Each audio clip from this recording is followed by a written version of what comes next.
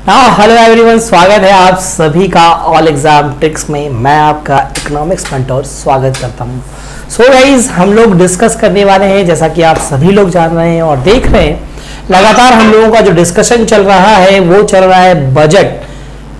जो union budget इस वर्ष का आया था, उस यूनियन बजट से हम लोगों ने जो क्वेश्चंस देखे, या पहले उसको यूनियन बजट को हम लोगों ने पढ़ा किया, जिसे हम एनुअल फाइनेंशियल स्टेटमेंट कहते हैं। और उस एनुअल फाइनेंशियल स्टेटमेंट के बिहार पर हम सभी लोगों ने जो पढ़ा, या जो एक एक पॉइंट को समझा जाना, अलग अलग पिलर्स के बिहार पर उनमें क्या कितने एलोकेशंस थे, उनसे बने हुए जो एमसीक्यूज हैं, उन एमसीक्यूज को हम लोग डिस्कस कर रहे हैं।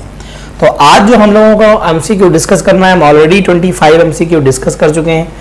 आज जो हम स्टार्ट करेंगे वो स्टार्टिंग होगी 26 नंबर से, और जानने की कोशिश करेंगे कि हमारा क्वेश्चन क्या कह रहा है और क्या बताना चाहता है। So guys, let's begin the session को स्टार्ट करते हैं और जानने की कोशिश करते हैं क्या कहा गया है। 26 क्वेश्चन कह रहा है the need of file ITR, income tax return. IT का मतलब क्या है? Income tax. Income tax returns for which age of senior citizens has been abolished। कहने का मतलब है कि जो हमारे देश के सीनियर सिटीजन्स हैं, सीनियर सिटीजन का मतलब क्या हुआ?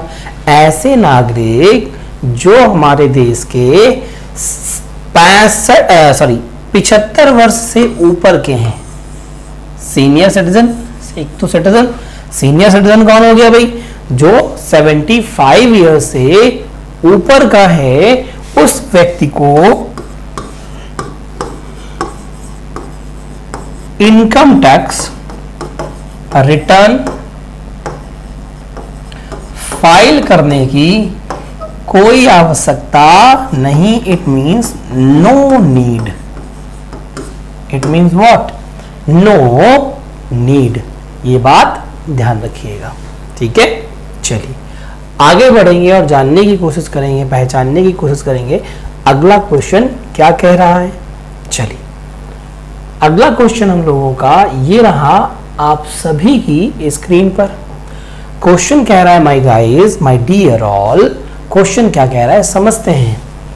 The central government has proposed to reduce the time allocated to reopen tax investigation to what year।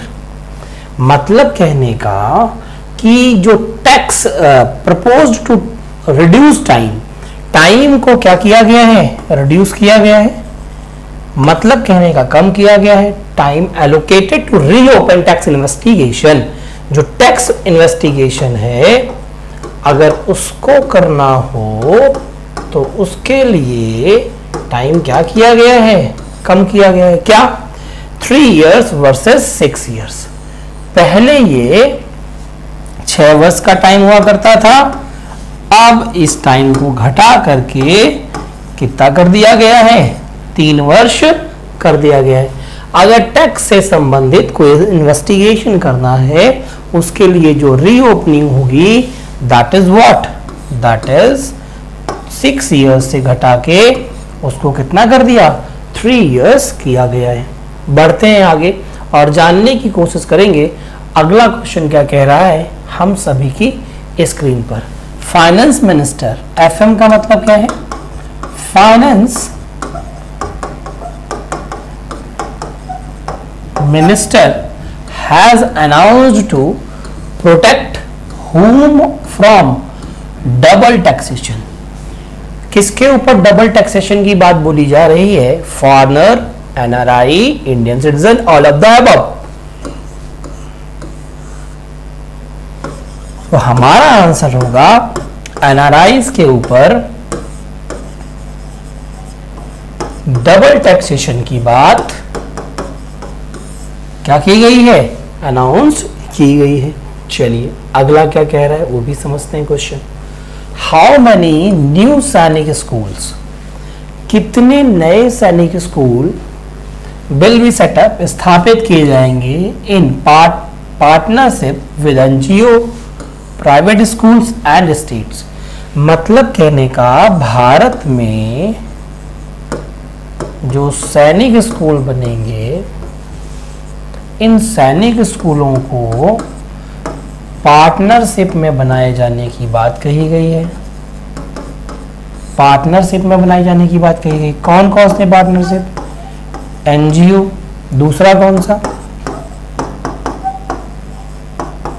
Private schools, तीसरा कौन सा? स्टेट्स। पहला कौन सा? एनजीओ, दूसरा कौन सा? प्राइवेट स्कूल, तीसरा कौन सा? स्टेट्स। अब अगर मैं इसकी बात करूं तो आप सभी को पता होना चाहिए, क्या पता होना चाहिए कि यहां पर सरकार ने कहा था कि हम 100 न्यू सैनिक स्कूल्स को एस्टैब्लिश्ड करेंगे।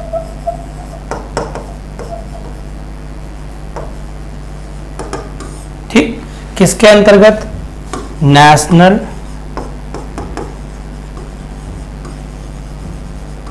एजुकेशन पॉलिसी के अंतर्गत। किसके अंतर्गत करेंगे? नेशनल एजुकेशन पॉलिसी के अंतर्गत इसे हम स्थापित करने वाले हैं। बात क्लियर हो गई ना? आगे बढ़ेंगे, जानने की कोशिश करेंगे गवर्नमेंट और क्या कह रही है। Capital gain exemption for startups investment extended by how many more years. सरकार कह रही है कि अगर आप स्टार्टअप्स लगाते हैं या स्टार्टअप्स में इन्वेस्ट करते हैं या इन्वेस्टमेंट करते हैं तो ऐसी स्थिति में जो टैक्सेस होंगे उन टैक्सेस में हम एग्जम्पशन देंगे। क्या देंगे? एग्जम्पशन देंगे। और जो एग्जम्पशन देंगे वो कितने वर्षों का देंगे भैया? Till March 2022। मतलब कहने का 1 साल का या 1 वर्ष का, या कह सकते हो 1 वर्ष के लिए यहां पर आपको टैक्स में क्या मिलेगी? छूट मिल जाएगी। क्या मिल जाएगी? छूट मिल जाएगी अगर आप क्या करते हैं? स्टार्टअप्स में इन्वेस्ट करते हैं। ठीक है। How much has been earmarked for a scheme of financial incentives for digital payments। अगर मैं डिजिटल पेमेंट की बात करूं तो सरकार क्या कह रही है कि हम इसके लिए स्कीम लेके आ रहे हैं। क्या? कि डिजिटल पेमेंट के लिए कितना ईयरमार्क किया गया है। तो यहाँ पे एलोकेशन की बात कही गई है। यहाँ पे जो एलोकेशन है वो सरकार ने 1500 करोड़ दिया है। किसके लिए? For what? For financial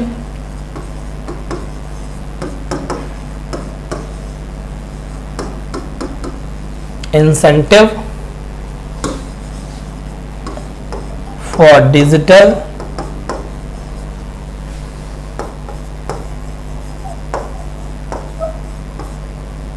payment. किसके लिए? डिजिटल पेमेंट के लिए। तो जो राइट आंसर हो जाएगा that is B is the right answer of this question.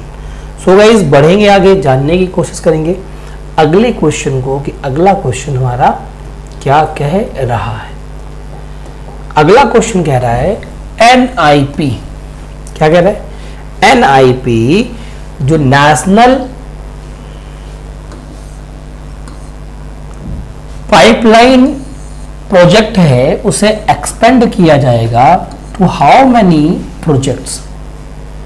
कहा जा रहा था कि इसके अंतर्गत जो लगभग प्रोजेक्ट हैं वो 6800 प्लस हैं, ठीक है, जिसे बढ़ाकर गवर्नमेंट कह रही है हम आने वाले समय में, जिसे बढ़ाकर गवर्नमेंट कह रही है हम आने वाले समय में इस नेशनल पाइपलाइन, नेशनल इंफ्रास्ट्रक्चर या नेशनल इन्वेस्टमेंट पाइपलाइन के बिहाफ पर जो प्रोजेक्टों की संख्या करेंगे वो कितनी कर देंगे, 7400 करने वाले हैं।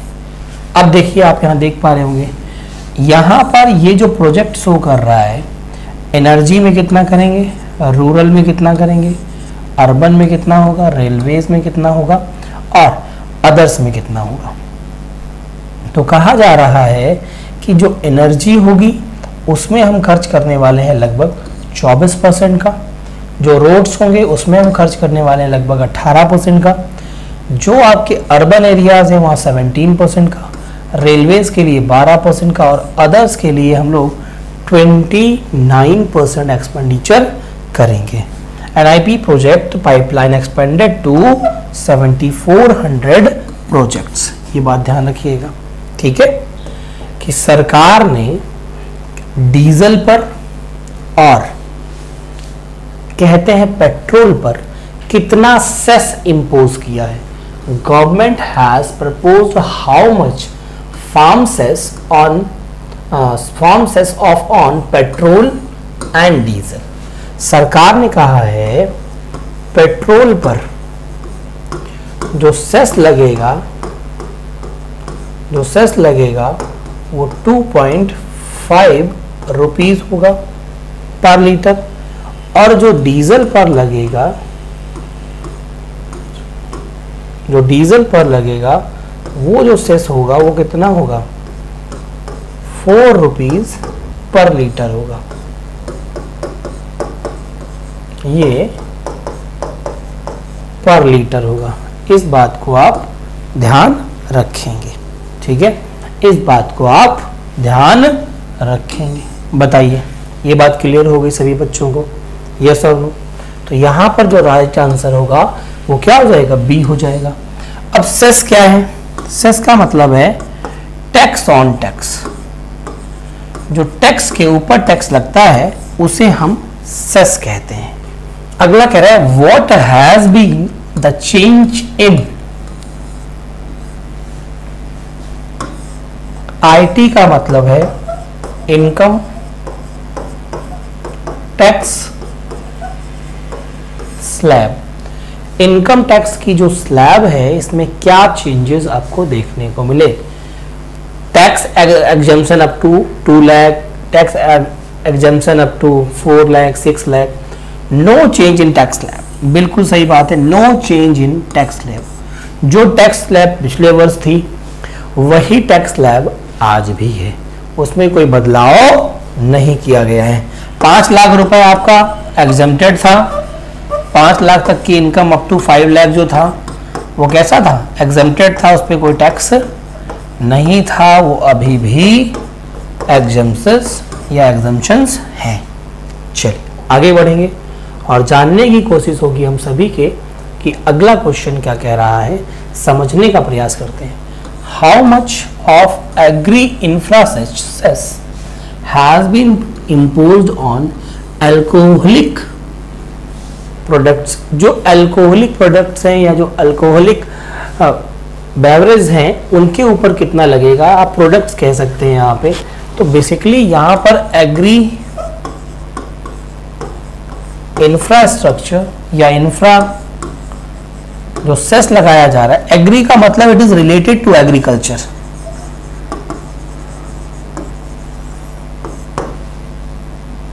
किससे संबंधित है, रिलेटेड टू एग्रीकल्चर। और कितना लगेगा अल्कोहलिक पर, जो अल्कोहलिक प्रोडक्ट्स हैं उन पे कितना लगेगा, दैट इज 100%। कितना लगेगा, 100%। ये सरकार कह रही है। मतलब आने वाले समय में जो अल्कोहलिक चीजें होंगी वो काफी महंगी होने की उम्मीद है। Government proposed deep ocean mission with outlay of deep ocean mission का मतलब क्या है? गहरा महासागरीय मिशन। गहरा महासागरीय मिशन से अर्थ है सरकार यहाँ पर आने वाले समय में डिफरेंट टाइप के रिसोर्सेज या कह सकते हो मिनरल्स के रिसोर्सेज को निकालने के लिए, या कहीं ना कहीं आप कह सकते हैं विभिन्न प्रकार के मिनरल्स को फाइंड आउट करने के लिए सरकार आने वाले समय में कुछ पैसा खर्च करेगी समंदर में, मतलब ओशियंस के लिए, या डीप ओशन मिशन के नाम से, जिसमें 4000 करोड़ रुपए सरकार ने एलोकेट किए हैं और कहा है कि ओवर द 5 इयर्स में आप इसे कंप्लीट करेंगे। कितने में? ओवर द 5 इयर्स में आप इसे। अगला कह रहे हैं Nirmala Sitharaman finance minister announced an allocation of 300 crore to which state for celebrating the 60th anniversary of the liberation। मतलब अपने आज़ादी के 60 वर्ष आप कह सकते हो। लिबरेशन का मतलब कहीं ना कहीं आज़ादी है। यहाँ पे आज़ाद तो हालांकि पहले ही से हो गए थे, लेकिन कहीं ना कहीं पुर्तगालियों ने नहीं छोड़ा था, पुर्तगाली वहाँ कैप्चर करके रखा था उन्होंने। तो ऐसा कौन सा स्टेट है जहां पर ये मनाया जाएगा? तो अब ऑप्शन पे देखो, दमन द्वीप तो यूनियन टेरिटरी है, पौंडुचेरी यूनियन टेरिटरी है ना, अंडमान निकोबार यूनियन टेरिटरी है। तो आंसर क्या हो गया? गोवा। तो करेक्ट ऑप्शन जो होगा दैट इज गोवा। गोवा को पुर्तगालियों ने 1961 में आज़ाद किया था या छोड़ा था, आप ऐसे कह सकते हैं। कब छोड़ा था? 1961 में। एक बात और ध्यान रखिएगा, भारत से ये एक ऐतिहासिक इतिहास का क्वेश्चन बन जाता है। भारत से सबसे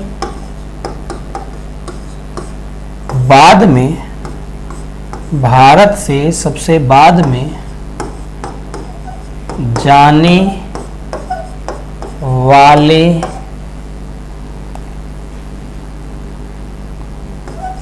जो थे वो कौन थे? पुर्तगाली थे। ठीक है, भारत से बाद में कौन गया था? पुर्तगाली गए थे। कब गए थे? 1961 में। अगला क्वेश्चन देखिए, central university to be set up in which of the among the following in state और यूनियन टेरिटरी। मैंने आप सभी को बताया था कि सरकार ने कहा है कि हम एक सेंट्रल यूनिवर्सिटी बनाएंगे, केंद्रीय विश्वविद्यालय को इस्टेब्लिश करेंगे। क्यों इस्टेब्लिश करेंगे? पर्पस था प्रोवाइडिंग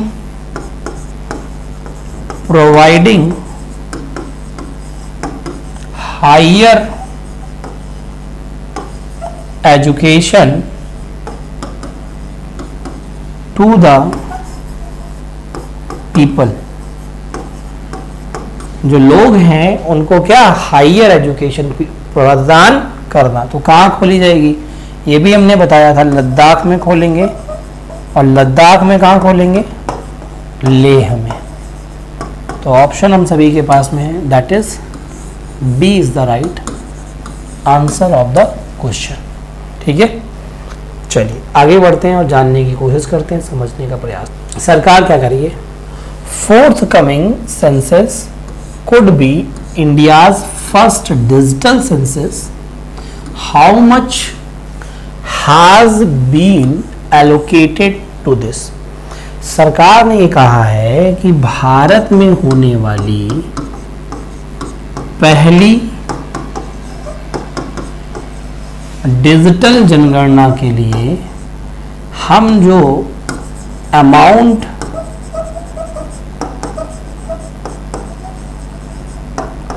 एलोकेट कर रहे हैं वो क्या है? That is 3768 crore rupees. कितना है?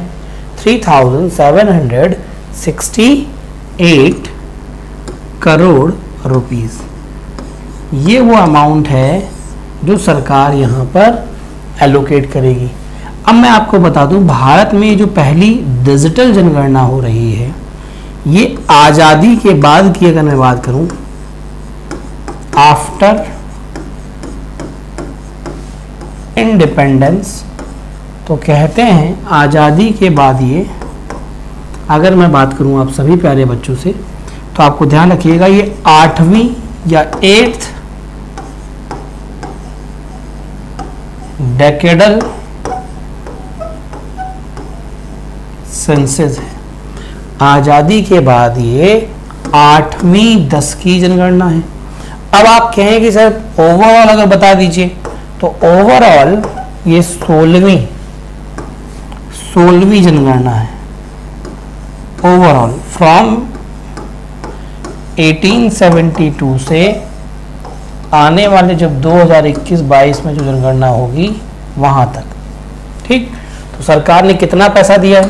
That is B is the right answer, 3768 crore rupees, ठीक है। चलिए, अब जनगणना को कौन करता है ये आपको पता है क्या? जनगणना को करने वाला विभाग कौन सा है? जनगणना जो होती है उसे करने वाला विभाग जो है उसे जनगणना विभाग ही नाम दिया गया है, सेंसस डिपार्टमेंट। ये डिपार्टमेंट जो कार्य करता है वो कार्य करता है under the ministry of home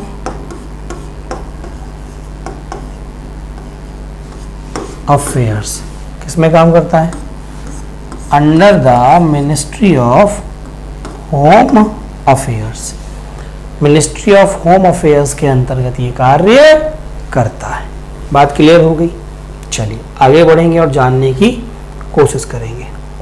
अगला क्वेश्चन भी हम सभी के सामने आ चुका है।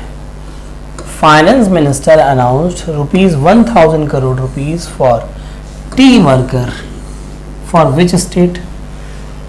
जो हमारे देश में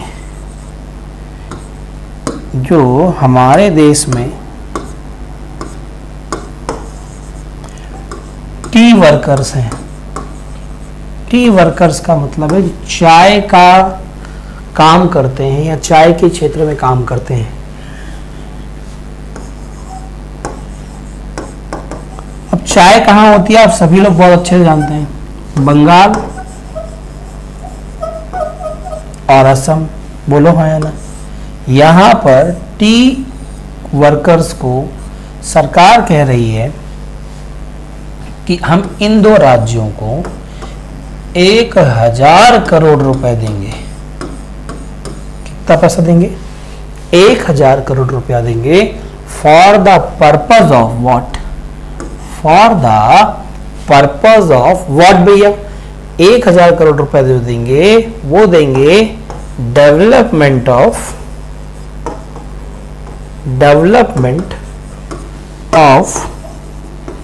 टी इंडस्ट्री। चाय का जो क्षेत्र है, जो चाय की इंडस्ट्री है, जो चाय का उद्योग है, उस उद्योग को बेहतर बनाने के लिए, उसका विकास करने के लिए गवर्नमेंट कह रही है we will provide additional fund. We will provide additional fund.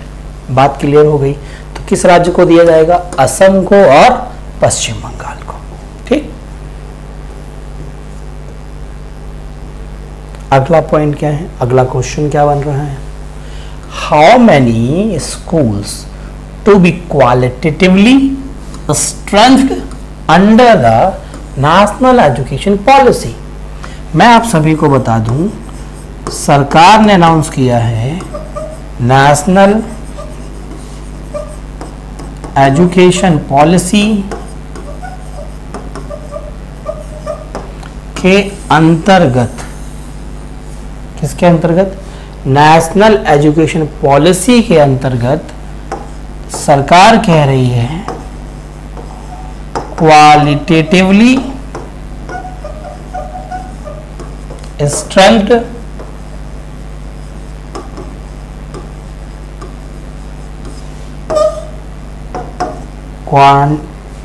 Qualitatively और स्ट्रेंथ, साथ साथ में फंडिंग को लेकर के, इन सारी बातों को लेकर के सरकार ने कहा है, फंडिंग की भी बात बोली है सरकार ने यहाँ पे, इन सारी बातों को लेकर के गवर्नमेंट कह रही है कि हम 15,000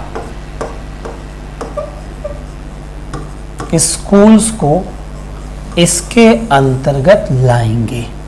तो आंसर जो होगा वो कह रहे हैं हाउ मेनी स्कूल्स, तो कितने school, the number is 15,000 schools. कितने स्कूल्स? 15,000, 15,000 स्कूलों को। बात क्लियर? सरकार कह रही है टोटल एक्सपेंडिचर क्या है? Total expenditure for financial year 2022, ये तो कल ही बताया था कि टोटल जो आया है वो 34.83 लाख करोड़ जो है, ये वैल्यू जो है ये है आपकी टोटल एक्सपेंडिचर। क्या है ये? Total expenditure. इस बात को आप ध्यान रखेंगे, ठीक है, कि जो टोटल एक्सपेंडिचर है फाइनेंशियल ईयर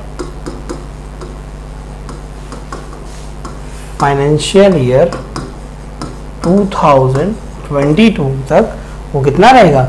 34.83 लाख करोड़। कितना होगा? 34.83 लाख करोड़। बात क्लियर? अगली हम लोग बात करते हैं और समझने का प्रयास करते हैं, ठीक है। सरकार कह रही है टोटल कैपिटल एक्सपेंडिचर। जो कैपिटल एक्सपेंडिचर है, जो क्या है भाई? कैपिटल एक्सपेंडिचर है for financial year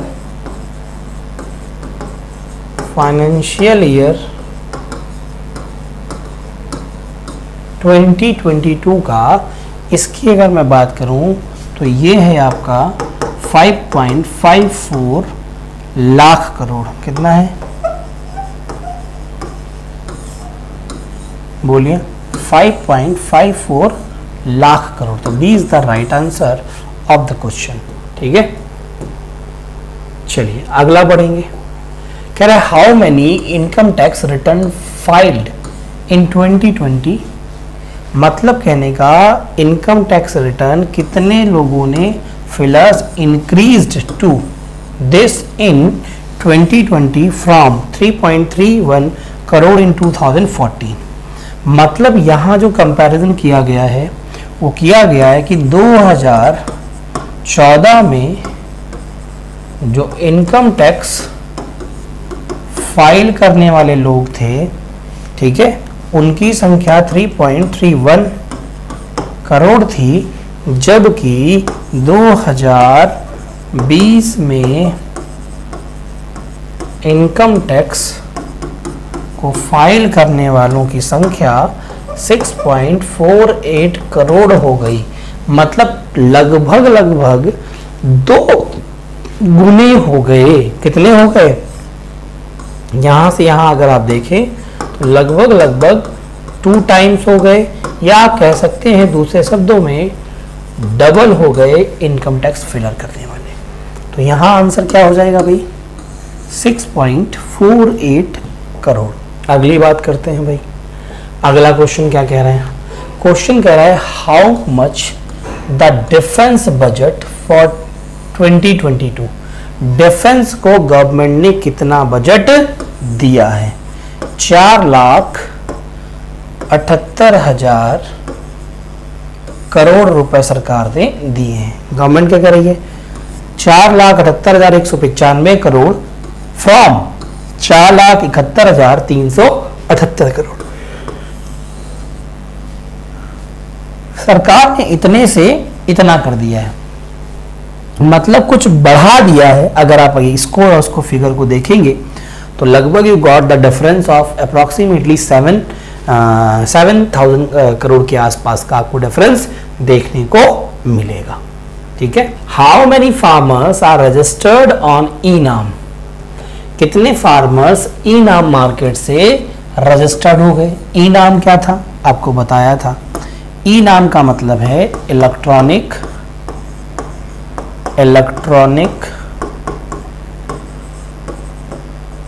national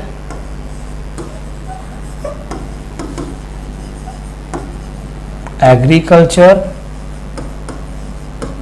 market. कौन सा मार्केट है? Electronic national agriculture market. इस बात को आप ध्यान रखिएगा। इसमें रजिस्टर्ड कितने हो गए? सरकार क्या कह रही है? 1.68 crore farmers are registered and 1.41 lakh crore value produced trade on e NAM markets. तो अब अगर देखें ऑप्शन है more than 2 crore, more than 5 crore, more than 10 crore, more than less than 2 crore. तो हमारे पास फिगर क्या है? That is exact 1.68 crore farmers registered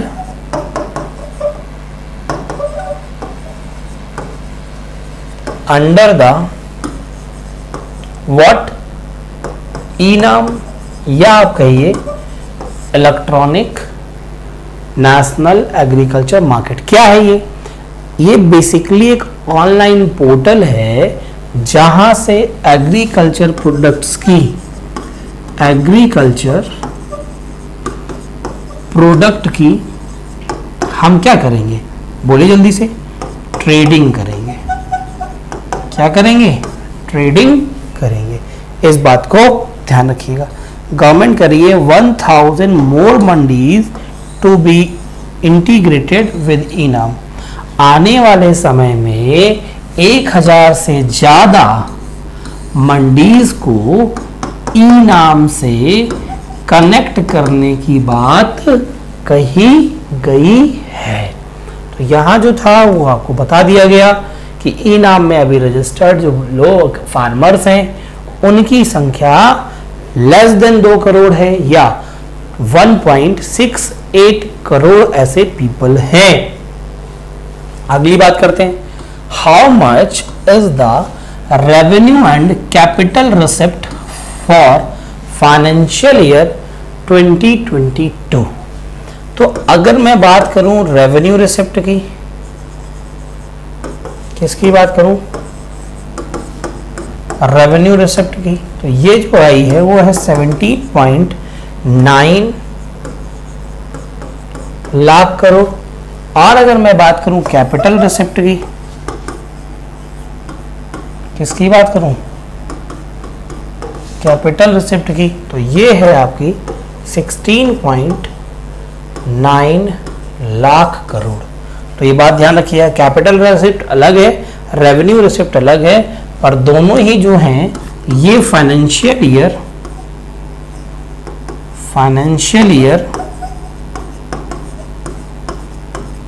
2022 के लिए है। तो आंसर जो करेक्ट हो जाएगा that is a is the right answer. आगे बढ़ेंगे और जानने की कोशिश करेंगे। अगली बात को ये देख लीजिए, आप सभी के सामने है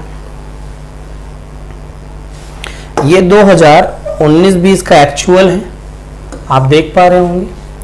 ये 2020-21 का बजटरी है, देख पा रहे होंगे। ये 2000 का रिवाइज एस्टीमेट है 20-21 का 15.5 कह सकते हो। 2020-2021-22 का बजटरी है ये, ठीक है, बजटरी एस्टीमेट है, ये रेवेन्यू रिसिप्ट है।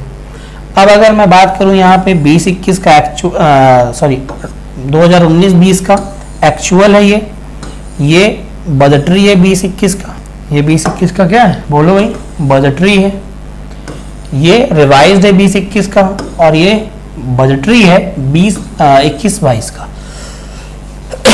यही आपको यहाँ पे बताया है। देखिए, देख पा रहे होंगे 17.884, तो ये 17.888424। तो इसको हम क्या लिख सकते हैं? इसको लिख सकते हैं 17.9 लाख करोड़। बोलो हाँ या ना। तो आप देख पा रहे होंगे हमने यहाँ पे लिखा है 17.9 लाख, ठीक है। ठीक इसी कंडीशन में अगर आप बात करें तो आपको देखने को मिलेगा ये 2021-22 का है। ये कितना है? ये आपका 169 4812, तो इसे हम क्या लिख सकते हैं 16.9 लिख सकते हैं, लाख करोड़, बोलो है ना 16.9 लाख करोड़। तो ये बात को जरूर आप ध्यान रखिएगा। सरकार कह रही है how much is the revenue and capital expenditure for financial year 2022। अभी अभी देखा हम लोगों ने, तो आंसर क्या हो जाएगा, जो रेवेन्यू है एक्सपेंडिचर में, जो रेवेन्यू एक्सपेंडिचर है कितना है 29.3 लाख करोड़ रुपए, और जो कैपिटल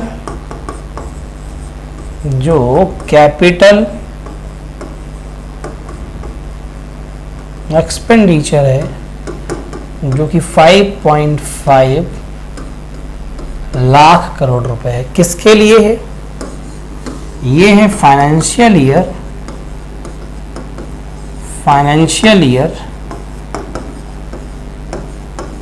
22 के लिए, इसके लिए फाइनेंशियल ईयर 22 के लिए। तो इसका जो करेक्ट आंसर हो जाएगा that is what, that is the B is the right option of the question. ये सारे नंबर्स आपको याद रखने होंगे। ये देखिए जो अभी हमने अभी किया है वो आप सभी के सामने आ चुका है, बजटरी 2021-22 का, ठीक है। अब अगर हम बात करें बजटरी 2021-22 का, तो ये 5.54 लाख करोड़ हो गया, बोलिए ये आपका 29.2 लाख करोड़ हो गया, बोलो ये 21-22 का है। 20-21 का अगर देखोगे 20-21 में कितना था, तो 26.3 लाख करोड़ था। सेम कंडीशन अगर बजटरी 20-21 का देखोगे तो कितना था, ये था 4.12 लाख करोड़ रुपए था, ठीक है।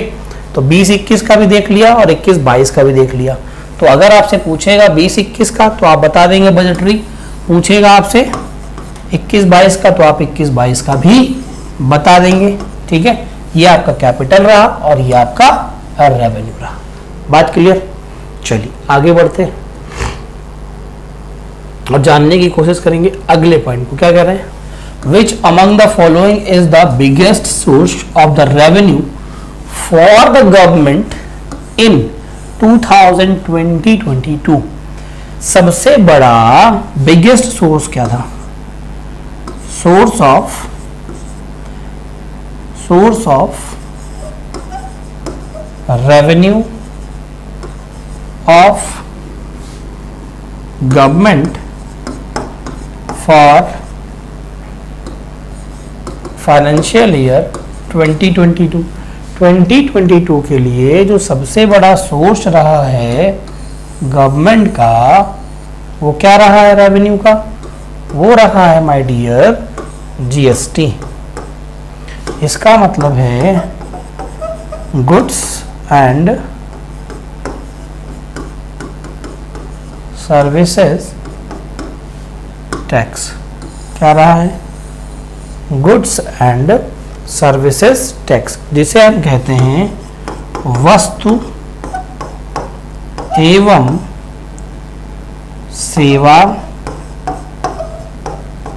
कर। क्या कहते हैं, वस्तु एवं सेवा कर के नाम से जानते हैं। क्यों, क्योंकि ये जो है, अब मैं अगर बात करूं, इनकम टैक्स क्या है, डायरेक्ट टैक्स है। कॉर्पोरेट टैक्स क्या है, डायरेक्ट टैक्स है। एक्साइज ड्यूटी क्या है, ये इनडायरेक्ट टैक्स है। तो जो इनडायरेक्ट टैक्स है उसको तो जीएसटी ने रिमूव कर दिया था, ठीक है। तो सबसे ज्यादा जो रेवेन्यू जनरेट हो रही है वो कहां से हो रही है, जीएसटी से। ये देखिए आप देख पाएंगे रुपी कम्स, कहां से पैसा आ रहा है, ठीक है, और कहां पैसा जा रहा है, ये सभी चीजें देखने को आपको मिलेंगी। रुपी कम्स भी होगा तो रुपी गोज भी होगा कहीं ना कहीं। ये देखिए रुपी गोज का है और ये रुपी कम का है। जो रुपया आ रहा है हमारे पास में उसको हम एक बार देख लेते हैं। इनकम टैक्स से 14%, नॉन डेट कैपिटल रिसिप्ट से 5%, नॉन टैक्स रेवेन्यू से 6%, कस्टम से हमारे पास 3%, ठीक है, कस्टम से 3, नॉन टैक्स से 6, नॉन डेट से 5, इनकम टैक्स से 14, यूनियन जो टैक्स एक्साइज ड्यूटीज है 8%, कॉरपोरेशन टैक्स जो है 13% और जीएसटी 15%। ये जो है बोरोइंग्स एंड अदर लाइबिलिटीज से हमारे पास 36% आ रहा है। ठीक, तो अब अगर अब आप इस क्वेश्चन को देखें, देखिए इसमें वो करा था बिगेस्ट सोर्स क्या है गवर्नमेंट के रेवेन्यू का, तो ऑप्शन में कहीं पर भी बोरोइंग्स का दिया ही नहीं था। अगर दिया होता तो वो हो जाता, यहाँ पे यही दिया था, तो जीएसटी सबसे ज़्यादा आ रहा था। ठीक है, ये बात ध्यान रखिएगा। अगला क्वेश्चन क्या कह रहा है भाई, अगला क्वेश्चन कह रहा है which among the following is the biggest expenditure for the government for financial year 2022। Biggest का मतलब हुआ सबसे बड़ा,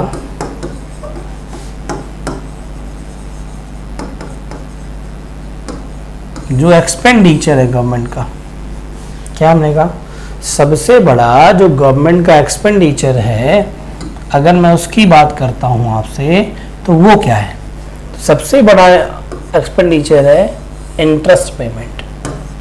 क्या है मेरे दोस्त बताइए, इंटरेस्ट पेमेंट। सरकार जो डेट लेती है उसके ऊपर जो इंटरेस्ट सरकार को देना होता है वो सबसे ज्यादा देती है।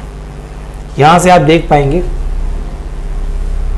अब सभी के सामने है, देखिए सेंट्रली स्पॉन्सर्ड स्कीम में सरकार सिर्फ 9% खर्च करती है, पेंशन में सरकार गिनती का 5% खर्च करती है, सब्सिडी में 8% दे रही है, डिफेंस को 8% दे रही है, इंटरेस्ट पेमेंट 20% का कर रही है, स्टेट की जो shares of taxes and duties 16% की हैं, finance commission and other transfer 10% के हैं, सेंट्रल सेक्टर स्कीम के लिए कितना दे रहे हैं 14% का, और अदर एक्सपेंडिचर में ये 10% का दे रहे हैं। तो सबसे ज्यादा जो खर्च किया इन्होंने वो इंटरेस्ट में किया। भैया डेट लोगे तो इंटरेस्ट का पेमेंट करना होगा, जब इंटरेस्ट का पेमेंट करोगे तो आप समझदार हो, ब्याज सबसे ज्यादा लगता है। यस और नो, ब्याज सबसे ज्यादा लगता है, ये बात आपको पता होनी चाहिए। जल्दी से बताएं, यस और नो माय गाइस। चलिए, which of the following statement regarding India's debt to GDP is correct? Debt to GDP is more than 70%. India's external debt is more than internal debt. Only A correct, only B correct, मतलब only 1 correct, only 2 correct, both 1 and 2, none of the above. ये question आप सभी के लिए homework के रूप में रहेगा। ये HW का क्वेश्चन है, आप सभी लोग इस क्वेश्चन का आंसर मुझे नीचे कमेंट बॉक्स में देंगे। बात क्लियर है? फिर मैं देखूंगा कि कौन सबसे सही और करेक्ट ऑप्शन दिया है, या जिसने सबसे पहले करेक्ट ऑप्शन दिया है इस क्वेश्चन के बारे में, फिर हम वहां पर डिस्कशन करेंगे। तो सो गाइस, ये था आप सभी का बजट जो हो चुका है कंप्लीट। अब हम लोगों ने यहां पर इकोनॉमिक सर्वे कर लिया, इकोनॉमिक सर्वे के एमसीक्यूज कर लिए, बजट टॉपिक कर लिया, यूनियन बजट कर लिया, and also related to the questions और MCQ of budget topic, and also we will discuss the MCQ which are related to the what union budget 2022 की बातें भी 21-22 की बातें भी हमने कर ली, जो कि इस बार का बजट था उसके ऊपर भी हमने डिस्कशन कर लिया। बात क्लियर? तो आप मुलाकात होगी अगली क्लास में, तब तक के लिए आप सभी का बहुत बहुत thank you so much. Have a good day.